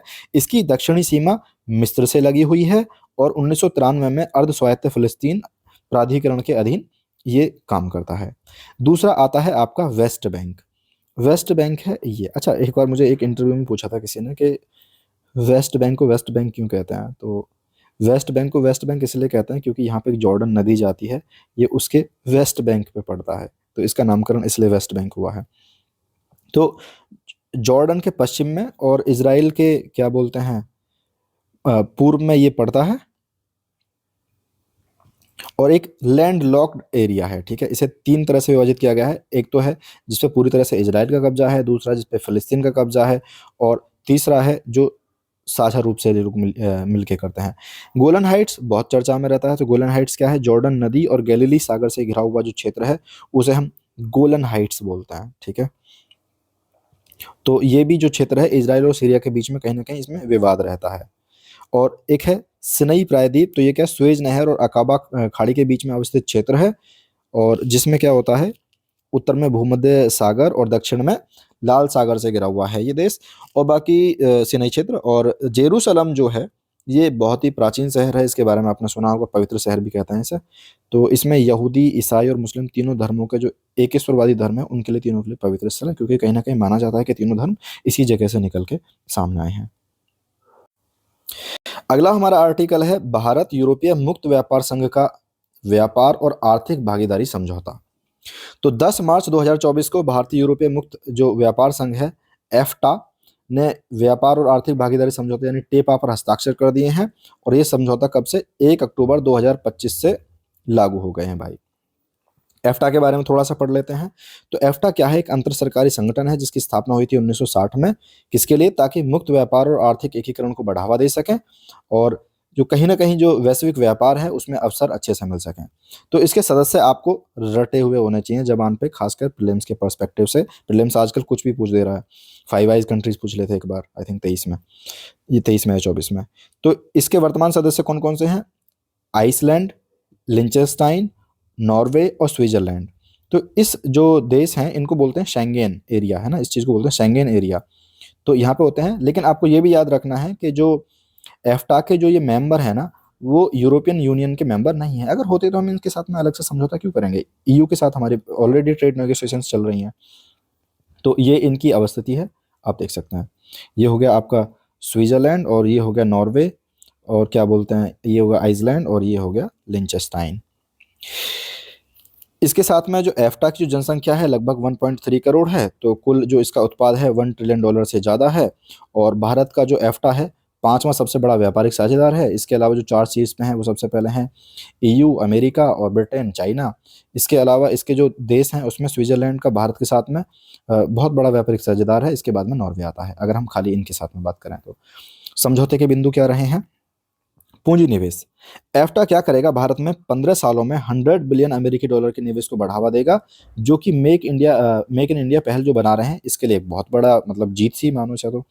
इसके साथ में क्या होगा? भारत में 10 लाख रोजगार सृजन होगा, और ये पहली बार हो रहा है ऐसे हस्ताक्षर किसी भी FTA में। फ्री ट्रेड एग्रीमेंट ऐसा होता है कि दो देश मिलकर किसी आपस में एक दूसरे के साथ ट्रेड एग्रीमेंट साझा करते हैं कि हम हमारी जो गुड्स हैं उन पे बहुत बड़े टैरिफ नहीं लगाएंगे, बहुत टैक्सेस नहीं लगाएंगे, ताकि दोनों देशों के लिए विन विन सिचुएशन रहे। तो ऐसा इसे बोलते हैं फ्री ट्रेड एग्रीमेंट। जब इससे रिलेटेड कोई आर्टिकल आएगा तो हम इस पर और लंबी चर्चा करेंगे। वस्तुओं के लिए बाजार की पहुंच मिलेगी भाई। मशीनरी, जैविक रसायन, वस्त्र और प्रसंस्कृत जो प्रोसेस्ड फूड होते हैं उन सबको भारत जो है निर्यात कर पाएगा एफ्टा के बाजारों में, और कहीं ना कहीं इससे प्रतिस्पर्धा बढ़ेगी और अनुपालन लागत घटेगी। इसके अलावा टेपा जो है, ट्रेड एंड इकोनॉमिक जो भी है, इसका क्या था, पार्टनरशिप, यस। तो जो टेपा है, कहाँ थे, टेपा के तहत जो एफ्टा में 92% टैरिफ लाइन जो है उनको रियायत दे दी गई है, यानी 92% जो भी चीज़ें हैं उनको रियायत दे दी गई है। इससे क्या है, भारत के 99.6 ऑलमोस्ट मानो के सारे जो व्यापार हैं वो लगभग शामिल हैं। इसके अलावा सेवा और मोबिलिटी को बढ़ावा मिलेगा कि भारत का जो पहला FTA है ये, इसमें नर्सिंग, CAs और आर्किटेक्चर वगैरह जो है इनको भी पारस्परिक मान्यताएं समझौती दी जाएगी। ये क्या चक्कर है? ये है कि भारत से अगर किसी ने नर्सिंग की हुई है, CA की हुई है, तो उनको भी कहीं ना कहीं इसमें जाके मान्यता मिल जाएगी एफ्टा के अंदर, और वो जाके वहाँ पे अपना काम कर सकते हैं, उनका काम आसान हो जाएगा। इसके अलावा बेहतर पहुंच के माध्यम से मोड 1 में हम सेवाओं की डिलीवरी कर सकते हैं, सर्विसेज की। मोड 3 में हम वाणिज्यिक उपस्थिति बना सकते हैं। मोड 4 में हम अपने कर्मियों को वहां पे भेज सकते हैं अस्थायी प्रवासन के लिए। तो कहीं ना कहीं कुछ भी होना भाई, वहां पे जो भी लोग जाएंगे वो रेमिटेंस तो भारत को ही भेजेंगे, तो इसका भारत का भी फायदा है। बाकी बौद्धिक संपदा अधिकार, जो टेपा है ट्रिप्स स्तर पर बौद्धिक संपदा अधिकार जो इनकी प्रतिबद्धता सुनिश्चित करता है, साथ में जेनेरिक दवाई और पेटेंट वगैरह को जो पेटेंट वगैरह के एवरग्रीन से मुद्दे जो हैं, भारत के हितों को ही पूरी तरह से इसकी रक्षा करेगा। अच्छा, जो हमने पॉलिटिकल वाले पार्टी में पढ़ा था, मैंने स्किप कर दिया था, जेनरिक दवाइयाँ क्या होती हैं। जिन लोगों को नहीं पता है जेनरिक दवाइयाँ क्या होती हैं, मैं बताता हूँ। ऐसा होता है, कोई भी ब्रांड जो दवाई की खोज करता है तो उसके बाद में उसे बेचने के लिए बहुत बड़ी मार्केटिंग लागत चलती है। तो इस कारण से जो भी ब्रांडेड दवाइयाँ होती हैं वो बहुत ज़्यादा महंगी हो जाती हैं। अब दवाइयाँ महंगी हो गई तो आम जनता के लिए खरीदना ना मुश्किल है। लेकिन जैसे ही कोई भी पेटेंट 20 साल पूरे कर लेता है तो उसके बाद में उसका जो पेटेंट है वो तो खत्म हो जाता है, जो ब्रांड है उसका। तो इसमें होता क्या है, उसको हम नॉर्मली हम बना सकते हैं, है ना। और नॉर्मली बना सकते हैं तो जो ब्रांड है उसकी ब्रांडिंग का, मार्केटिंग का, ये सब खर्चे कम हो जाते हैं। तो ये दवाइयाँ आमतौर पे उतनी ही प्रभावी होती हैं जितनी ब्रांडेड दवाइयाँ होती हैं, पर ये उनसे काफ़ी सस्ती होती हैं। जैसा कि आप देखते हैं कि जो हमारा चलता है ना, एक प्रधानमंत्री जन औषधि कार्यक्रम चलता है, तो उसमें ज़्यादातर जेनरिक दवाइयों का यूज़ करते हैं। सतत और समावेशी विकास में क्या होगा, वही व्यापार प्रक्रियाओं में पारदर्शिता, दक्षता, सरलीकरण, सामंजस्य और स्थिरता को बढ़ावा मिलेगा। इसमें ऐसी कोई बड़ी बात नहीं है। प्रौद्योगिकी सहयोग क्या होगा, आपस में हम इंजीनियरिंग, स्वास्थ्य और जो रिन्यूएबल एनर्जी है, नवाचार है, अनुसंधान है, इन सब में एक दूसरे को पहुंच देंगे, एक दूसरे में सहायता करेंगे। भारत की जो वैश्विक छवि है उसको सुदृढ़ करेगा कहीं ना कहीं कि भाई भारत जो है विकसित अर्थव्यवस्थाओं के साथ मिलकर एक समान वार्ताकार के रूप में भागीदारी होता है, बराबर की कहीं ना कहीं एक साझेदारी सुनिश्चित करते हैं, ठीक है। और लॉन्ग टर्म में ये होगा कि दीर्घकालीन रणनीतिक और विकासात्मक हितों के अनुरूप है ये। समझौते में समस्या क्या है? देखिए भाई, समस्या सबसे बड़ी ये है कि जो एफ्टा है यहाँ पे ऑलरेडी बहुत कम टैक्स टैरिफ वगैरह हैं, है ना। तो भारत के लिए सीमित लाभ है। क्यों भाई? वस्तुओं के व्यापार के संदर्भ में भारत को इस समझौते से सीमित लाभ होने की संभावना है, क्योंकि एफ्टा समूह में पहले से ही टैरिफ दरें बहुत कम है। अधिकांश आयातों पर पहले से टैरिफ मुक्त रखा गया है, तो हमने आज साइन कर लिया तो कौन से इतना बड़ा हमारे पे फर्क पड़ जाएगा। अगला कि व्यापार असंतुलन हो जाएगा। कि दिक्कत ये है कि 2025 में एफ्टा को लगभग 1.97 बिलियन अमेरिकी डॉलर का हमने निर्यात किया था, और सेम चीज जैसे रसिया के साथ हो रही है वैसे यहाँ पे हो रही है, 22 बिलियन अमेरिकी डॉलर का हम इंपोर्ट कर रहे हैं। तो व्यापार असंतुलन ही रहा ना हमारा। तो अगला क्या है, समझौते की सीमाएं। सीमाएं क्या है कि कई बार ऐसा होता है कि इन देशों के बीच में जो है ना, जैसे खासकर स्विट्जरलैंड है, हमारे यहाँ की जो चीज़ें बनी हुई है ना, वो इनके जो क्वालिटी के पैरामीटर उन पर ठीक ही नहीं बैठ पाती। तो टैरिफ संरचना, गुणवत्ता मानक, अनुमोदन आवश्यकताओं पर जो भारत के कृषि उत्पाद हैं उनकी कठिनाइयां बनी रहती है, और कहीं ना कहीं उनका हम एक्सपोर्ट कर ही नहीं पाते हैं। जैसे कि इसमें भी देखें, डेयरी, सोया और कोयला वगैरह को बहिष्करण सूची में रखा गया, यानी इन सबको बाहर रखा गया है। और सीमित निवेश विकल्प, इसमें क्या है, इस समझौते का निवेश प्रावधान में जो पेंशन और सॉवरेन फंड फंड वगैरह में निवेश कर सकते हैं, उसको शामिल नहीं किया गया है। अब हमारी शुरू हो जाती हैं इंटरनेशनल रिलेशंस की कुछ संक्षिप्त सुर्खियां जो चर्चा में रही हैं। जैसे कि भारत और आसियान के बीच में संबंध, वो भी चर्चा में रहे थे। तो हुआ क्या था, अभी 47वां जो आसियान शिखर सम्मेलन है वो कुआलालंपुर मलेशिया में आयोजित किया गया था। और आसियान शिखर की जो सम्मेलन होता है वो साल में 2 बार आयोजित करे जाते हैं, और आयोजित वही करता है जो उस समय अध्यक्षता कर रहा होता है। तो इसके कुछ की आउटकम्स बाहर आए, बिल्कुल। सबसे पहले जो करंट अफेयर का मुद्दा है, और ये आपको याद होना चाहिए क्योंकि आजकल मैं रिपीट कर रहा हूँ फिर से कि प्रीलिम्स में ऐसे सवाल बन रहे हैं। तो तिमोर लेस्ते जो है, जिसे हम ईस्ट तिमोर भी बोलते हैं, ये आसियान का 11वां सदस्य बन गया है। अच्छा, आप मुझे बताओगे कि आसियान का सदस्य भारत है या नहीं है? आप क्या बताओगे? मैं ही बता देता हूँ, भारत जो है आसियान का सदस्य नहीं है। इस चीज को याद रखना एकदम, ठीक है। इसकी थीम रही थी समावेशिता और संधारणीयता, क्या बोलते हैं, कुआलालंपुर समझौता हुआ इसमें। अभी आपने देखा था ना, थाईलैंड और कंबोडिया के बीच में युद्ध चल गया था, तो वही कुआलालंपुर समझौता हुआ है कि भाई अब इनके बीच में युद्ध विराम करा दिया जाएगा। बाकी 22वां आसियान भारत शिखर सम्मेलन भी आयोजित किया गया था। देखो, हम इसके मेंबर नहीं हैं, लेकिन हम इसके साथ में हमारे रिलेशंस अच्छे हैं, है ना। तो उसके साथ में जब हमने संबंध स्थापित किए और सम्मेलन किया, तो क्या क्या आउटकम सामने आए, अब उसके बारे में हम पढ़ेंगे। सबसे पहले समुद्री सहयोग। तो वर्ष 2000 जो 26 है, यानी अब जो चल रहा है, उसको आसियान भारत समुद्री सहयोग वर्ष घोषित किया है आसियान ने, और हिंद प्रशांत क्षेत्र में आसियान की केंद्रीय भूमिका का समर्थन किया गया है। बाकी हम पर्यटन पे जोर दिया है हमने कि आसियान भारत संयुक्त राष्ट्राध्यक्षों के सतत पर्यटन का वक्तव्य को अपनाया गया है। इसके अलावा जो कार्य योजना है, आसियान भारत व्यापक रणनीतिक साझेदारी को लागू करने के लिए आसियान भारत कार्य योजना के क्रियान्वयन को समर्थन प्रदान किया गया है। और इसके अलावा फिर अगला आर्टिकल आता है हमारा भारत यूनाइटेड किंगडम से रिलेटेड। तो हुआ क्या था, अभी हाल ही में यूनाइटेड किंगडम के जो प्रधानमंत्री हैं वो भारत की यात्रा पर आए हुए थे, और उन्होंने मिलकर एक जॉइंट स्टेटमेंट, यानी संयुक्त वक्तव्य, हिंदी में इसे तो इंग्लिश में कर सकते हैं, संयुक्त वक्तव्य जारी किया गया है। बाकी भारत, यूके और संयुक्त वक्तव्य के इनके क्या प्रमुख बिंदु हैं, अभी नहीं समझते हैं। सबसे पहले प्रौद्योगिकी। दोनों देशों ने आपस में दूर संचार को लेके, जो मिनरल्स हैं इंपॉर्टेंट उनको लेके, एआई को लेके, स्वास्थ्य से रिलेटेड जो भी टेक्नोलॉजी है उसको लेकर के, और जो भी अपकमिंग टेक्नोलॉजी है उनको लेकर के आपस में बहुत स्वागत किया है एक दूसरे को। और टीएसआई यानी टेक्नोलॉजिकल सिक्योरिटी इनिशिएटिव के तहत कुछ उपाय हैं जिनको बनाया है, जैसे कि भारत यूके संचार संपर्क और नवाचार केंद्र। तो 6G के लिए, और एआई मूल नेटवर्क, और जो आपके होते हैं गैर स्थलीय नेटवर्क, यानी जो नेटवर्क स्थल पे नहीं होते हैं, और दूर संचार वगैरह के लिए साइबर सुरक्षा के लिए हमने क्या काम किया है, 24 मिलियन पाउंड का एक संयुक्त वित्त पोषण का प्रावधान किया है।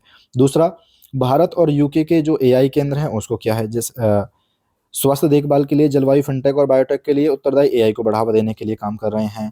इसके अलावा यूके और इंडिया में क्रिटिकल मिनरल सप्लाई चेन का जो ऑब्जर्वेटरी है उसका दूसरा चरण स्थापित कर रहे हैं। तो इसका विस्तार करने के लिए हम क्या करेंगे, आईआईटी जो धनबाद है उसके अंदर एक हम नया सैटेलाइट कैंपस स्थापित करेंगे। इसके अलावा व्यापार और निवेश में क्या करना है, दोनों देशों ने संयुक्त आर्थिक और व्यापार समिति का पुनर्गठन का स्वागत किया है, और भारत यूनाइटेड किंगडम व्यापक आर्थिक समझौता यानी सेटा, इनकी शॉर्ट फॉर्म याद रखा करो यार, ये बहुत लंबा हो जाता है, सेटा के प्रशासन और उपयोग में सहायता करेगी। इसके अलावा रक्षा के क्षेत्र में हम क्या कर रहे हैं, कुछ नहीं कर रहे हैं साहब, जो हिंद प्रशांत क्षेत्र है समुद्र। देखो, आमतौर पे जब भी ऐसी बात होना सी की, तो आप ये देखो कि जाके उस देश के बीच में, और इंडिया, जैसे इंडिया की जब भी बात होगी किसी देश के साथ में, तो हमारे यहाँ पे जो हिंद महासागर है ना, हिंद महासागर की बात होगी, और उनके साथ अमेरिका के साथ में, या हम आसियान के साथ में बात करेंगे, तो उनका जो भी सी है हम उसकी बात करेंगे, उन दोनों जो समुद्र है उनकी सागर की आपस में बात करेंगे, तो हम हमेशा ऐसी बात करेंगे, ठीक है। तो ऐसे ही क्या होता है, दोनों देशों ने हिंद प्रशांत क्षेत्र में समुद्री सुरक्षा सहयोग को मजबूत करने के लिए प्रतिबद्धता व्यक्त की है, और हिंद प्रशांत सागर पहल के अंतर्गत क्षेत्रीय समुद्री सुरक्षा उत्कृष्टता केंद्र की स्थापित की जाएगी। इसके अलावा क्या होगा, शिक्षा के क्षेत्र में दोनों पक्षों ने वैध प्रवासन को बढ़ावा देने के लिए और अनियमित आवागमन पर अंकुश लगाने के लिए प्रवासन और आवागमन साझेदारी की पुष्टि की है। बेसिकली चोरी छुपके जो पहुंच जाते हैं बिना पासपोर्ट वीजा के, उनको रोकना है और वैध प्रवासन बढ़ सके इसको बढ़ावा देना है। इस चीज पे काम कर रहे हैं। इसके अलावा एक और हुआ है जो बेलफास्ट की क्वींस यूनिवर्सिटी है और कोवेंट यूनिवर्सिटी है, उसको गिफ्ट सिटी है आपकी गांधीनगर में। तो गांधीनगर में अपना कैंपस स्थापित करने की अनुमति दी गई है। इसके अलावा जलवायु और ऊर्जा के क्षेत्र में क्या कर रहे हैं, वही जलवायु की जो टेक्नोलॉजी है और एआई में नवाचार करने के लिए climate tech up startup fund के लिए एक संयुक्त निवेश की घोषणा की है।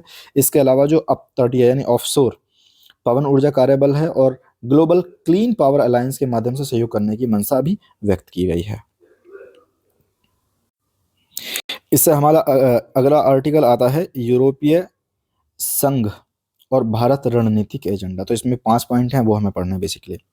यूरोपीय परिषद ने यूरोपीय संघ भारत रणनीतिक एजेंडा को सॉरी क्या हो रहा है यार आज ये। तो यूरोपीय परिषद ने यूरोपीय संघ और भारत रणनीतिक एजेंडा को मंजूरी प्रदान की है। इसमें क्या होगा, भू राजनीतिक संबंध में जो भी उभरते अवसर हैं, चुनौती हैं, खतरे हैं, इनसे निपटने के लिए एक 5 स्तंभों की पहचान करी गई है जिस पर हम चर्चा करेंगे। तो ये 5 स्तंभ कौन कौन से हैं? सबसे पहला है समृद्धि और संधारणीयता। तो इसमें क्या है, यह ऐसे आर्थिक समृद्धि, रोजगार सृजन, विकार्बनीकरण का मतलब है ऐसी टेक्नोलॉजी को अपनाना जो क्या बोलते हैं कार्बन को उत्सर्जन को कम करती है ना। तो विकार्बनीकरण, आपूर्ति श्रृंखलाओं को मजबूत करने पर ध्यान केंद्रित करना है। इसमें क्या करा गया है, इसमें जो आपका मुक्त व्यापार समझौता, इसके बारे में थोड़ी सी बात कर चुका हूँ कि मुक्त व्यापार समझौता क्या होता है। इसके अलावा निवेश संरक्षण समझौता।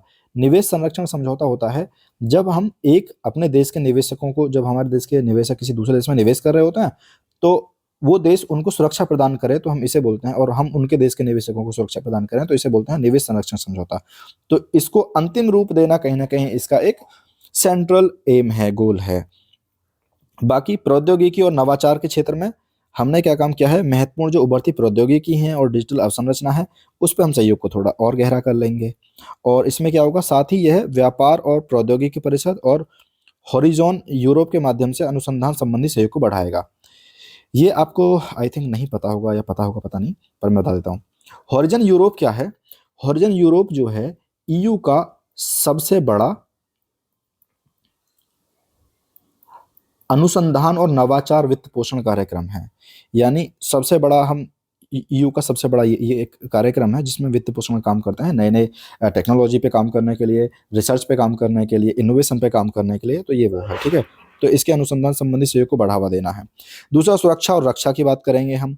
वैश्विक सुरक्षा संबंधी खतरों और भू राजनीतिक तनाव, तकनीकी परिवर्तनों को निपटाना, जैसे कि हिंद प्रशांत क्षेत्र में समन्वय स्थापित करना और नियम आधारित समुद्री व्यवस्था को बढ़ावा देना। इसके अलावा वैश्विक संपर्क और वैश्विक मुद्दे क्या हैं, क्षेत्रीय संपर्क और वैश्विक गवर्नेंस, अल्प विकसित देशों में सहयोग को मजबूती करना। उदाहरण के लिए भारत मध्य पूर्व यूरोप आर्थिक गलियारा जो है और ग्लोबल गेटवे जैसी पहल जो है इनको मजबूत करेगा। सभी स्तंभों के सक्षम करता, ये सभी 4 जो मुख्य स्तंभ हैं इनको समर्थन देने के लिए कौशल गतिशीलता, ज्ञान विनिमय और व्यापार सहभागिता और संस्थागत सहयोग को सुगम बनाएगा। तो थोड़ा सा भारत और यूरोपीय यूनियन के संबंध के बारे में हम पढ़ लेते हैं। सबसे पहले कूटनीतिक संबंध। तो भारत ने 1962 में यूरोपीय आर्थिक समुदाय के साथ में संबंध स्थापित किए जिसे 2004 में रणनीतिक साझेदारी के रूप में उन्नत किया गया। और द्विपक्षीय व्यापार कब हुआ? 2024 में वस्तुओं का व्यापार जो है 120 अरब यूरो के आसपास तक पहुंच गया था, जिससे यूरोपीय संघ जो है भारत का सबसे बड़ा व्यापारिक साझेदार बन गया था। और एफडीआई जो है भारत में अप्रैल से 2000 से लेके और 2023 के बीच में यहाँ पर टोटल 107 यूएसडी अरब का निवेश भारत में आया है एफडीआई के थ्रू। अगला हमारा आर्टिकल है भारत मंगोलिया संबंधों को लेकर के। तो इसमें क्या हुआ है, अभी हमने रणनीतिक साझेदारी की 10वीं वर्षगांठ मनाई है और इस अवसर पे क्या हुआ था कि मंगोलिया के जो राष्ट्रपति हैं वो भारत की यात्रा करने आए थे और कुछ कुछ एमओयूज पे उन्होंने हस्ताक्षर किए हैं। देखो, मंगोलिया ये देश है और अब मुझे याद नहीं आ रहा, किसी एग्जाम में पूछा गया था कि जो गोबी डेजर्ट है वो कौन कौन से देशों में लगता है, तो मैं आपको बता दूं मंगोलिया और चाइना में पड़ता है वो, ठीक है। तो हम समझते हैं आगे। तो कौन कौन से एमओयू साइन किए गए हैं? सबसे पहले विकास सहयोग है। इसमें क्या है कि दोनों देशों में मंगोल ऑयल रिफाइनरी प्रोजेक्ट के प्रति अपनी प्रतिबद्धता दोहराई है, जो पहले भी हमने की थी। इस प्रोजेक्ट में भारत क्या करेगा, 1.7 बिलियन अमेरिकी डॉलर की ऋण सहायता देगा। दूसरा, सांस्कृतिक संबंध, जो लद्दाख स्वायत्त पहाड़ी परिषद है और मंगोलिया का जो अरखानागाई का जो प्रांत है, उसके बीच में ज्ञापन पे समझौते पे हस्ताक्षर किए गए हैं। इसके अलावा आध्यात्मिक समझौते, क्योंकि मंगोलिया में एक बहुत बड़े मात्रा में बौद्ध धर्म के लोग रहते हैं, तो भगवान बुद्ध के जो दो शिष्य थे, सारिपुत्र और मोदग्लायन, इनके जो पवित्र अवशेष हैं उनको भारत मंगोलिया भेजेगा। साथ ही मंगोलिया की जो 10 लाख प्राचीन बौद्ध पांडुलिपियों को डिजिटलाइज करने में मदद करेगा। और इसके अलावा भारत क्या करेगा, नालंदा विश्वविद्यालय और गंदन मठ कहाँ का है, मंगोलिया का है, इसके बीच में जो आध्यात्मिक संबंध है उनको भी स्थापित करेगा। तो ये आपका एंसेंट हिस्ट्री के पर्सपेक्टिव से कुछ टॉपिक इसमें इंपॉर्टेंट हो जाते हैं, तो आप उनको एक बार ध्यान रखना। इसके अलावा क्या करेंगे, हम मंगोलियाई जो नागरिक हैं उनको निःशुल्क ई वीज़ा प्रदान करेंगे और तीसरे देशों की बंदरगाहों की क्षमता के माध्यम से व्यापार बढ़ाएंगे। तीसरे देशों की बढ़ाएंगे क्योंकि अगर आपने सिचुएशंस देखी हो तो मंगोलिया अपने आप में एक तरह से लैंड लॉक कंट्री है, तो अगर यहाँ पे व्यापार बढ़ाना है तो किसी और देश की जो बंदरगाहें हैं उनका हमें यूज लेना पड़ेगा। अगला, यूरेनियम जो है वो मंगोलिया में अच्छा खासा पाया जाता है, तो यूरेनियम आपूर्ति श्रृंखला और महत्वपूर्ण खनिजों के सहयोग को मजबूत करेगा।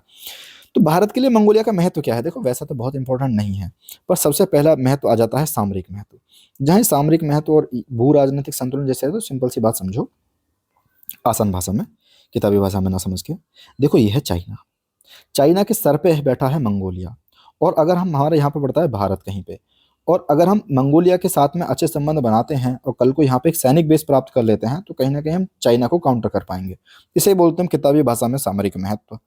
तो समझिए यार, तो सामरिक महत्व, मंगोलिया की जो सामरिक अवस्थिति है वो भारत के लिए क्षेत्रीय स्थिरता और भू राजनीतिक संतुलन को बढ़ाने के लिए बहुत जरूरी है।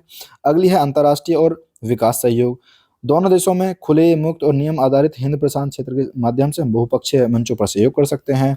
ऊर्जा और आर्थिक साझेदारी कर सकते हैं, क्योंकि मंगोलिया के पास एक बहुत बड़ी मात्रा में कुकिंग कोयल का भंडार है, और भारत के जो इस्पात उद्योग है उसके लिए बहुत ज़रूरी है। हमें चाहिए ना भाई कुकिंग कोयला, अगर हमें अपने स्टील की जो भी इंडस्ट्री है उस पर कुछ काम करना है तो। भारत और मंगोलिया के संबंध के बारे में पढ़ते हैं, तो भारत और मंगोलिया के जो द्विपक्षीय संबंध हैं वो 1955 में कूटनीतिक संबंध स्थापित हुए थे, और 2015 में इन्हें रणनीतिक साझेदारी के रूप में परिवर्तित कर दिया गया। और इसके बाद में क्या है, आर्थिक संबंध। 2024 में दोनों देशों के बीच में कुल द्विपक्षीय व्यापार $110 मिलियन अमेरिका का रहा। दूसरा, सैन्य सहयोग। दोनों देशों के बीच में एक संयुक्त सैन्य अभ्यास करते हैं हम, नोमैडिक एलिफेंट, ये आप याद करते होंगे अगर आप पीसीएस की तैयारी कर रहे हैं कुछ भी, तो नोमैडिक एलिफेंट और खान क्वेस्ट जो है ना, उलान बटोर में होता है, तो हम इसको आयोजित करते हैं। सैन्य सहयोग भी हमारे बीच में।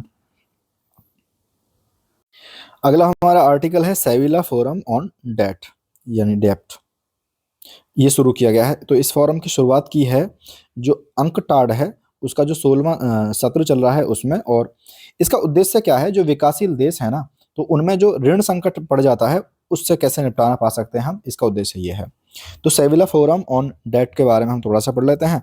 तो इसका नेतृत्व कर रहा है स्पेन, और इसे समर्थन प्राप्त है अंकटाड का, और इसके अलावा यूएन देशा का, यानी संयुक्त राष्ट्र आर्थिक और सामाजिक मामलों के विभाग का। यह फोरम जो है ऋण संधारणीयता, प्रबंधन और कुछ नए समाधानों पे सभी हितधारकों, ऋणदाताओं, यानी या तो आप लेनदार हो, देनदार हो, आप कोई भी हो, उधारकर्ता हो, अंतर्राष्ट्रीय वित्तीय संस्था हो, शैक्षणिक समुदाय हो, सबको एक मंच पे लाने का ये काम करता है सेविला फोरम ऑन डेट। तो यह फोरम जो है, जो 4th international conference on financing for development चल रही है, उसका एक परिणाम है, उससे निकल के आया था ये, और सेविला प्लेटफॉर्म फॉर एक्शन का हिस्सा है। तो इस हिस्से में क्या है, इसके 3 परिणाम सामने आए हैं। सबसे पहले, डेप्ट स्वैप फॉर डेवलपमेंट। स्वैप का मतलब होता है एक तरह से विनिमय, एक्सचेंज, शायद इसके लिए ठीक शब्द होगा। तो हिंदी मीडियम में कई बार ऐसी समस्या आती है कि हमें इंग्लिश के अक्षर ही नहीं पता होता है। तो डेट स्वैप फॉर, ये डेप्ट लिख रखा है, हालांकि डेट होता है, debt swap for development hub, यानी डेवलपमेंट के लिए जब हम डेट लेंगे उसके लिए कुछ विनिमय व्यवस्था कराना। Debt for development swap programme, और debt pause clause alliance. Pause clause क्या मतलब होता है, डेट पॉज क्लॉज अलायंस का काम करती है इस पे कि अगर आप कोई ऐसे विकासशील देश हैं जिसमें कोई महामारी आ जाती है, कोई आपदा प्रभावित हो जाता है, तो हम कैसे डेट की व्यवस्था कराएंगे, तो ये डेट पॉज क्लॉज अलायंस पे काम करेगी, ठीक है। तो ये पहल सेविला प्रतिबद्धता को पूरक बनाएगी और सेविला प्रतिबद्धता का उद्देश्य क्या है? जो भी विकासशील देश हैं, उनके जो एसडीजीज को उनको प्राप्त करने के लिए जो भी प्रतिवर्ष सामना करना पड़ता है उनके पास कितनी कमी का, $4 ट्रिलियन की कमी का, उसको कैसे हम पूर्ति कर सकते हैं। 2015 के बाद ऐसा पहली बार हो रहा है कि अलग-अलग देश जो हैं, वो मिलके विकास के लिए एक वित्तीय सहयोग के लिए कोई साझा फ्रेमवर्क पे स्वीकार कर रहे हैं, ठीक है? अच्छा जी, ऋण संकट क्या है? ऋण संकट यह है वैश्विक सार्वजनिक ऋण संकट। 2024 में $102 ट्रिलियन तक ये पहुँच गया था ऋण संकट, और इसमें क्या है, $31 ट्रिलियन का बोझ जो है विकासशील देशों के पर है, ठीक है? और विकासशील देश जो हैं, वैश्विक ऋण भुगतान पर $1.4 ट्रिलियन खर्च करते हैं। तो कहीं न कहीं ये ऋण की समस्या है, उसको ये काम करेगा। बाकी 3.4 बिलियन से अधिक लोग ऐसे राष्ट्र में रहते हैं, जहाँ पे स्वास्थ्य, शिक्षा पर खर्च करने की तुलना में ऋण भुगतान पर अधिक खर्च हो जाता है। बाकी अगला जो आर्टिकल है वो है प्लूटोनियम प्रबंधन और निपटान समझौते से, बहुत छोटा-सा आर्टिकल है। रशिया की जो संसद है, उसके निचले सदन ने अभी संयुक्त राष्ट्र अमेरिका के साथ में जो इनका पहला हो रखा था प्लूटोनियम प्रबंधन और निपटान समझौता, इससे हटने के लिए मंजूरी दे दी है। तो इससे पहले क्या हुआ था, 2016 में अमेरिकी प्रतिबंध जब लग गए थे रशिया के ऊपर, तो उनका हवाला देते हुए समझौते को कर दिया था निलंबित। अब शब्दों को बहुत ध्यान से देखा करिए, ये निलंबित है यानी सस्पेंड। इसके बाद में अभी क्या हो रहा है, अभी हटने की मंजूरी दे रहे हैं। तो दोनों अलग-अलग हैं, एक सस्पेंड है, एक तो टोटली हटना किसी चीज़ से, ठीक है? तो इस समझौते के बारे में पढ़ लेते हैं। इस समझौते पे हस्ताक्षर करे गए थे वर्ष 2000 में, और दोनों अमेरिका और रशिया दोनों के पास में वेपन्स ग्रेड जो प्लूटोनियम है, कम से कम जो 34 मीट्रिक टन के हैं, इनका निपटान करने के लिए बाध्य करता है कि भाई इनका उपयोग हम आपस में नहीं करेंगे, क्योंकि इनसे बहुत तगड़े हथियार बनाए जा सकते हैं। प्लूटोनियम के बारे में पढ़ लेते हैं। प्लूटोनियम क्या है, एक रेडियोधर्मी पदार्थ है जिसका परमाणु क्रमांक जो है 94 है। इसका गलनांक जो है बहुत ज़्यादा ऊंचा होता है, प्राकृतिक रूप से पाया जाने वाला सबसे भारी तत्व है। निपटान का लक्ष्य क्या था कि हम ऐसे जो वेपन ग्रेड जो प्लूटोनियम बना रहे हैं, इसका अगर निपटान करके बाकी कुछ सुरक्षित रूपों में परिवर्तित कर देते हैं, जैसे हम एमओएक्स ईंधन बना लेते हैं या फिर हम रिएक्टर विकर्ण बना लेते हैं, तो कहीं न कहीं दुनिया का भला रहेगा, दुनिया सुरक्षित रहेगी। पर अभी फिर क्या है, आपने देखा होगा कि पिछले कुछ समय में ऐसा हो रहा है कि रसिया जो है धीरे-धीरे करके, या अमेरिका और रसिया आपस में जो भी पुराने संबंध थे जिनमें वो एक साथ जुटे हुए थे, वो कहीं न कहीं अब अलग-अलग जा रहे हैं। अगली न्यूज़ है संयुक्त राष्ट्र मानवाधिकार परिषद की, और ये इम्पोर्टेंट किस लिए वो भी समझेंगे। देखिए हुआ क्या है कि भारत 7वीं बार संयुक्त राष्ट्र मानवाधिकार परिषद का सदस्य चुना गया है, और इस बार जो भारत निर्वाचित हुआ है वो निर्विरोध हुआ है, ठीक है। तो भारत को जो है 2026 से लेकर 28 तक के 3 साल के लिए कार्यकाल के लिए चुना गया है, और 26 से शुरू होगा कार्यकाल, यानी हो चुका है। और इसके अलावा संयुक्त राष्ट्र मानवाधिकार परिषद के बारे में हम पढ़ेंगे। तो ये एक संयुक्त राष्ट्र प्रणाली के तहत एक अंतर सरकारी संस्था है। इसका उद्देश्य क्या है, मानवाधिकारों को बढ़ावा देना और उनकी रक्षा करना। स्थापना हुई थी इसकी 2006 में, जो संयुक्त राष्ट्र महासभा के द्वारा मानवाधिकार आयोग की जगह पे। इसमें टोटल 47 देश हैं, और इनमें क्या होता है कि जो संयुक्त राष्ट्र महासभा है उन्हें प्रतिवर्ष चुनती है, और प्रत्येक सदस्य का जो कार्यकाल है वो 3 साल के लिए होता है। कोई भी देश लगातार अगर इसका सदस्य बनेगा तो केवल 2 लगातार कार्यकाल के लिए, यानी 6 साल के लिए ही वो लगातार सदस्य बन सकता है। इसके कार्य क्या हैं कि भाई ये मानव अधिकारों पर वैश्विक चर्चा के लिए एक मंच प्रदान करता है, संकल्प पारित करती है, सदस्य देशों के लिए जो मानवाधिकार रिकॉर्ड है उनकी समीक्षा देखती है कि भाई ऐसा तो नहीं है कि तुम्हारे यहाँ पे धर्म के नाम पे, देश के नाम पे, जातीयता के नाम पे मानवाधिकारों का उल्लंघन हो रहा है, और मानव अधिकारों के उल्लंघन की जांच करती है और विशेष प्रक्रिया जो है उन्हें शुरू करने की बात करती है। और अगली खबर है हमारी, आतंकवाद के वित्त पोषण को रोकने के लिए अंतर्राष्ट्रीय अभिसमय। यानी हुआ क्या है, अभी ईरान ने बहुत लंबे टाइम तक वेट करने के बाद में आतंकवाद के वित्त पोषण यानी टेरर फंडिंग, इस अंग्रेजी में बहुत आसान शब्द है, को रोकने के लिए जो अंतर्राष्ट्रीय अभिसमय है उसका अनुसमर्थन कर दिया है। इस अनुसमर्थन का ये अभी का नहीं, बहुत पुराना है। ये एक्चुअल में संयुक्त राष्ट्र महासभा ने 1999 में अपनाया था, और 2002 में इसे लागू करा गया था। तो इसमें क्या होता है कि जो भी लोग आतंकवाद की फंडिंग करते हैं, जैसे हमारा पाकिस्तान करता रहता है बीच-बीच में, तो टेरर को बढ़ाने के लिए जो फंडिंग करते हैं उसको एक तरह से ये अपराध घोषित करता है, और ऐसे व्यक्ति हों या संस्था हों उनको जवाबदेह ठहराता है जो भी आतंकवादी गतिविधियों के लिए धन या संसाधन उपलब्ध कराते हैं। तो भारत ने भी इसका अनुसमर्थन किया हुआ है, ऑब्वियस सी बात है, अच्छी चीज़ें करेंगे ही हम। तो कुछ ऐसे क्षेत्र रहे हैं करंट अफेयर में, इंटरनेशनल पॉलिटिक्स के अंदर, जो बहुत इंपॉर्टेंट हैं हमें क्षेत्र की दृष्टि से। तो सबसे पहले म्यांमार का जो सांगाइन क्षेत्र है वो है। हुआ क्या है कि म्यांमार से 10 लाख से अधिक जो रोहिंग्या मुसलमान हैं, वो बांग्लादेश में शरणार्थियों के रूप में रह रहे हैं। तो बांग्लादेश में कहीं न कहीं मानव अधिकारों का इनके साथ में उल्लंघन किया जा रहा है। तो इसकी भौगोलिक विशेषता एक बार समझ लेते हैं कि ये दक्षिण पूर्वी एशिया की जो मुख्य भूमि है, ये अवस्थित है यहाँ पे। तो इसमें सीमावर्ती राष्ट्र में क्या आता है, नॉर्थ में और क्या बोलते हैं, नॉर्थ ईस्ट में इसके आता है चाइना, पूर्व में आता है आपका लाओस, और दक्षिण पूर्व में आता है आपका थाईलैंड, और पश्चिम में बांग्लादेश, और उत्तर पश्चिम में कहीं ना कहीं भारत की भी जो ये राज्य हैं, इनकी सीमाएं से लगी हुई है, मिजोरम, मणिपुर, नागालैंड और अरुणाचल वगैरह की। बाकी सीमावर्ती जल निकाय क्या है यहाँ पे, अंडमान सागर है और दक्षिण पश्चिमी बंगाल की खाड़ी है। यहाँ पे कुछ पर्वत श्रृंखलाएं भी हैं जो चर्चा में रही है, वो रखाइन पर्वत, आपको पता है जो भी क्षेत्र चर्चा में रहता है तो हमें उसकी सारी चीज़ें पढ़नी होती है, पूरी भौगोलिक स्टडी। तो शान पठार है, और दावना पर्वतमाला है, और तेना सेरिम पर्वतमाला है। इनको आप जाके घर पे मैप पे बना के देखेंगे। सबसे ऊंचा स्थान क्या है इसका, माउंट हकाको बाओ राजी, और प्रमुख नदियां हैं इरावदी, चिंदविन और सेतांग, साल्विन और यंगून नदी। तो साल्विन नदी तो बहुत इंपॉर्टेंट है। अगला जो क्षेत्र चर्चा में रहा है वो है मेडागास्कर का क्षेत्र। मेडागास्कर का आपको पता होगा कि अफ्रीका के जो पूर्व में पड़ता है, ये मेडागास्कर का एरिया है। इसमें हुआ क्या है कि जैसा नेपाल में हुआ था ना, ऐसी मेडागास्कर में जेएनजी जो है उनके प्रदर्शन के कारण मेडागास्कर की सरकार भी गिर गई है। मेडागास्कर की सरकारें मिलती हैं आपके मॉरिशस में, और रीयूनियन जो द्वीप है इस पे फ्रांस का कब्जा है। तो पूर्व में मिलती हैं इनसे, और फ्रांसीसी क्षेत्र है एक मायोट, उससे भी मिलती हैं द्वीपीय देश, और एक कमोरोस है उसके साथ में भी, आई थिंक होंडुरास इसकी राजधानी है। मेडागास्कर जो अफ्रीका के दक्षिणी पूर्वी तट के पास है, हिंद महासागर में अवस्थित है, दुनिया का दूसरा सबसे बड़ा द्वीपीय देश है। इसके बारे में आपको पता होना चाहिए। और इसकी खास बात यह है एनवायरनमेंट के पर्सपेक्टिव से कि यहाँ पे कुछ ऐसी जाति और वनस्पति पाई जाती हैं, जीवों की प्रजाति पाई जाती हैं जो दुनिया भर में कहीं और नहीं मिलती हैं। तो इंटरनेशनल पॉलिटिक्स रिलेशनशिप में इतना ही, पर मैं आपको कुछ इंपॉर्टेंट बात बताऊंगा। इससे जाके आप जितने भी एक बार वापस से मैगजीन को फिर से पढ़ें, क्योंकि मैंने ये आपको आसान कर दी है। दूसरी चीज़ है कि आप में जहाँ पे भी मैप की चीज़ें आई हैं, आप एक बार मैप को देखें और लोकेशन को उन्हें फिर से देखें, और जाके उन्हें ठीक से देख लें। तीसरी चीज़ है कि अगर हो सके तो आप पॉसिबली शॉर्ट नोट्स को बना लें, ताकि वो आपके लास्ट टाइम के रिवीजन के लिए बहुत बढ़िया रहे। और पांचवी चीज़ या चौथी चीज़ जो भी इम्पोर्टेंट है वो ये है कि आप इस चैनल को सब्सक्राइब कर लें। मैंने नया चैनल क्रिएट किया है, और मेरी कोशिश रहेगी कि मैं आने वाले जितने भी मंथली मैगजीन हैं उनको कवर करा सकूं। और अगर आपके कमेंट आते हैं तो इससे पहले की जो भी मैगजीन रही हैं जो प्रीलिम्स 2026 के पर्सपेक्टिव से इंपॉर्टेंट है, मैं उनको भी लेके आऊँगा। बाकी आपको वीडियो कैसे लगे कमेंट में बताएं। कुछ चेंज करना है तो मैं उसको चेंज कर लूँगा। मेरी आवाज़ तेज़ लग रही है तो मैं उसे स्लो कर लूँगा, आप बता दें, ठीक है। Thank you.